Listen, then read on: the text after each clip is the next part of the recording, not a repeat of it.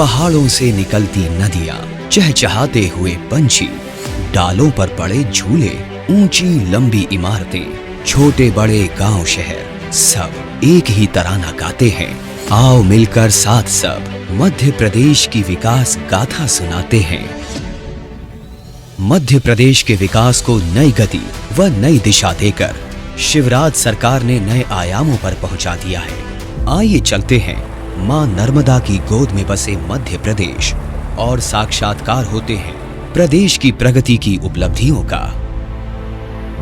मध्य प्रदेश मूल रूप से एक कृषि प्रधान राज्य है, जहां का कृषि क्षेत्र बढ़ती हुई जीएसडीपी में एक अहम योगदान दे रहा है और यह संभव करा है किसानों के अथक प्रयास एवं सरकार की महत्वाकांक्षी योजनाओं ने। जो कृषि विकास दर सन 2003 में 3% थी, आज वो 18.89% है। खेती और अलाइड सेक्टर का बजट 600 करोड़ रुपए से बढ़कर 53,964 करोड़ रुपए हो गया है। हर वर्ष बजट बढ़ाए जाने पर बुआई क्षेत्र, खाद्यान्न उत्पादन, तीसरी फसल का रकबा, उद्यानिकी फसलों का क्षेत्रफल, फसल उत्पादकता, धान, गेहूं, चना, सोयाबीन उत्पादन के साथ अन्य फसलों में हुई अकल्पनीय वृद्धि। फसलों के नुकसान पर पिछले 3 वर्षों में दी गई 4,000 करोड़ रुपए से अधिक की सहायता राशि। मुख्यमंत्री कृषक ब्याज माफी योजना का हुआ प्रारंभ, जिसके तहत 2,123 करोड़ रुपए का ब्याज माफ। 7 सूत्रीय किसान कल्याण रणनीति, मुख्यमंत्री किसान कल्याण योजना एवं प्रधानमंत्री सम्मान निधि जैसी योजनाओं का किसानों को सीधा लाभ। शिवराज सरकार न केवल खेती को बढ़ावा दे रही है, बल्कि कैसे उसे और बेहतर किया जा सकता है वो भी सिखा रही है। सिंचाई के लिए आधुनिक उपकरणों एवं बिजली की उपलब्धता के साथ साथ किसानों को कृषि संबंधित प्रशिक्षण भी दिया जा रहा है। माननीय मुख्यमंत्री जी को सबसे ज़्यादा जिस चीज़ के लिए धन्यवाद करना चाहूँगा वो है हमारी नर्मदा गंभीर लिंक, जो जिससे पानी मिल रहा है इस क्षेत्र को, उसके लिए मैं उनका बहुत बहुत आभार व्यक्त करना चाहूँगा। और जो बिजली उन्होंने हमारे किसानों को 10 से 12 घंटा बोरवेल या ट्यूबवेल के लिए दे रहे हैं, उसके लिए भी बहुत बहुत धन्यवाद। और गाँव में 24 घंटे जो पहले शहरों में देखने को मिल रही थी बिजली, वो 24 घंटे बिजली किसानों को मिल रही है, उसके लिए बहुत बहुत आभार, बहुत बहुत धन्यवाद। जिस सरकार ने किसान का हाथ बड़ी ही आत्मीयता के साथ थामे रखा है, वह प्रदेश के युवाओं के साथ भी कदम से कदम मिलाकर चल रही है। युवाओं में कौशल विकास यानी कि स्किल डेवलपमेंट के साथ उन्हें रोजगार से जोड़ने के लिए मुख्यमंत्री सीखो कमाओ योजना लागू की गई है।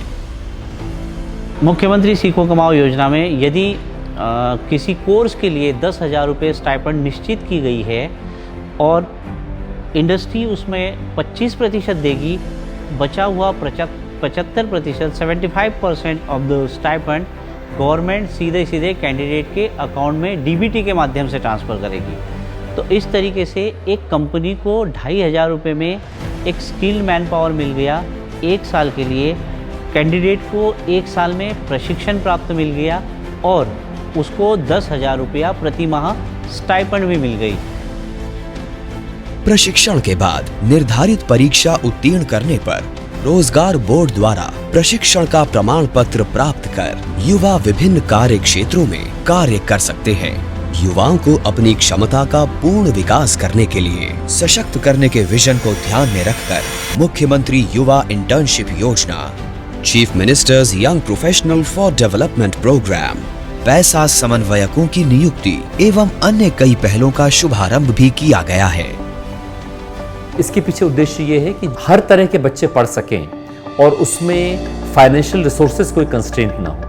उसके लिए सरकार ने एक मेधावी विद्यार्थी योजना लागू की है, जिसके तहत जो भी ऐसे बच्चे हैं जिनके परिवार की इनकम 6 लाख से कम है और अभी मुख्यमंत्री महोदय ने घोषणा की है 8 लाख से कम हो, तो उनकी जो भी पढ़ाई होगी, इंजीनियरिंग कॉलेजेस की, मेडिकल कॉलेजेस की, लॉ के कॉलेजेस की, कोई भी गवर्नमेंट ऑफ इंडिया या गवर्नमेंट ऑफ मध्य प्रदेश के इंस्टीट्यूशन की, उसकी जो टोटल फीस है वो गवर्नमेंट द्वारा दी जाएगी, जिससे कि कोई भी बच्चा पढ़ाई करने में फीस ना दे पाए, इस कारण से उसकी पढ़ाई अवरुद्ध ना हो।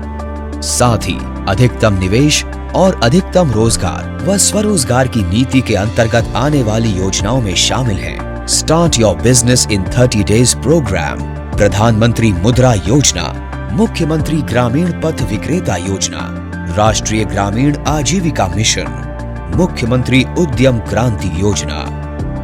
आज के डेट में जो मध्य प्रदेश शासन के द्वारा ये जो स्कीम निकाली गई है, ये योजना है, इसके अंतर्गत हमारे मध्य प्रदेश के बच्चे, इवन अदर स्टेट के बच्चे और इवन बाहर इंटरनेशनल बच्चे लाभान्वित हो रहे हैं। विकास का एक पांव जब सशक्तिकरण के रूप में आगे बढ़ रहा होता है, तब दूसरे को भी सामंजस्य बैठाते हुए पीछे से आगे आना होता है। फिर यही कदम ताल बनकर एक नए इतिहास की नींव रखता है। परंतु इस नींव में सिर्फ जन की ही नहीं, प्रकृति की, संस्कृति की एवं ऐतिहासिक धरोहरों की भी भागीदारी होती है, जिसका अर्थ है जन विकास के साथ अन्य क्षेत्रों का भी विकास। शिवराज सरकार द्वारा उज्जैन में महाकाल लोक के लोकार्पण के बाद खंडवा जिले के ओंकारेश्वर में आदि शंकराचार्य के बाल स्वरूप की सबसे ऊंची प्रतिमा स्थापित की गई है। प्रदेश की 23,000 पंचायतों से जुटाए गए कॉपर, टिन, जिंक व अन्य धातुओं के मिश्रण से बनी मूर्ति 50 फीट ऊंचे, भव्य और कलात्मक आधार पर स्थापित है एवं उसका मुख दक्षिण दिशा में यानी ओंकारेश्वर ज्योतिर्लिंग और मां नर्मदा की ओर है। मां नर्मदा की बात होती है तो शीतल पवित्र जल के साथ माननीय मुख्यमंत्री जी का वो संकल्प याद आता है। मध्य प्रदेश को हार्ट ऑफ इंडिया के साथ साथ लंग्स ऑफ इंडिया बनाना है।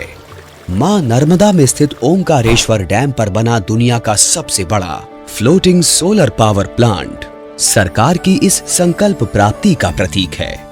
600 मेगावाट क्षमता की इस परियोजना की सबसे बड़ी खासियत ये रही है कि इसको बनाने में कोई विस्थापन नहीं किया गया है एवं नर्मदा नदी के बैक वाटर्स पर करीब 2000 हेक्टेयर्स में सोलर पैनल लगाए जा रहे हैं, जिससे हर साल करीब 1200 मिलियन यूनिट सोलर बिजली का उत्पादन होगा।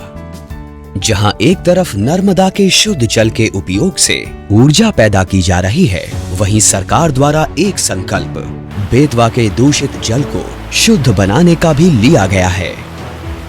विदिशा शहर की जीवन रेखा कहलाने वाली बेतवा नदी के दूषित जल को स्वच्छ करने के लिए नया सीवेज ट्रीटमेंट प्लांट तैयार किया गया है, जो कि 22.25 MLD का है।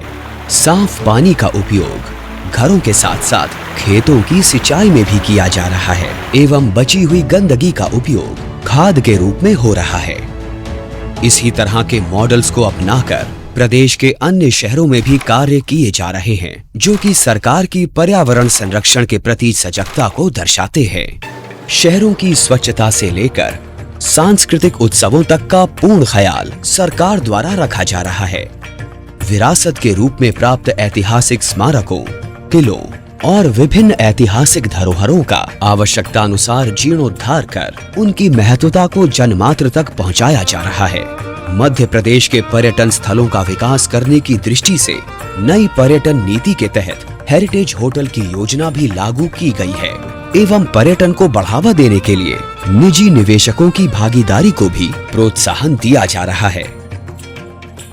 इस तरह हमने देखा कि चाहे बात जन की हो, धन की हो या मन की, प्रदेश सरकार हर संभव प्रयास करती आई है एवं एक सुंदर भविष्य की सत्यता देने में कारगर है।